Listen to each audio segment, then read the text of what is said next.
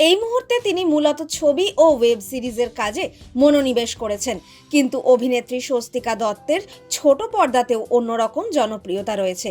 কিন্তু বেশ কয়েক মাস হলো স্বস্তিকা সিরিয়াল থেকে দূরে। এই মুহূর্তে প্রেমেন্দু বিকাশ চাকি পরিচালিত আলাপ ছবির শুটিংয়ে ব্যস্ত নায়িকা। অভিনেত্রীর মতে সিনেমা বা সিরিয়াল কখনো বেছে কাজ করেন না তিনি। বললেন, আমি কোনো পরিকল্পনা নিয়ে এগোতে পারি না, কারণ আমার সুবিধা মতো প্রযোজক বা চ্যানেল তো আমাকে কাজ দেবে না, তাই যেমন কাজ আসে পরপর সেভাবেই করি। স্বস্তিকা মনে করেন ইন্ডাস্ট্রিতে খুব কম সংখ্যক অভিনেত্রী রয়েছেন যারা বড় পর্দার পাশাপাশি ছোট পর্দা আর ওটিটিতেও সমান তালে কাজ করেন। তিনি অবশ্যই তাদের মধ্যে অন্যতম।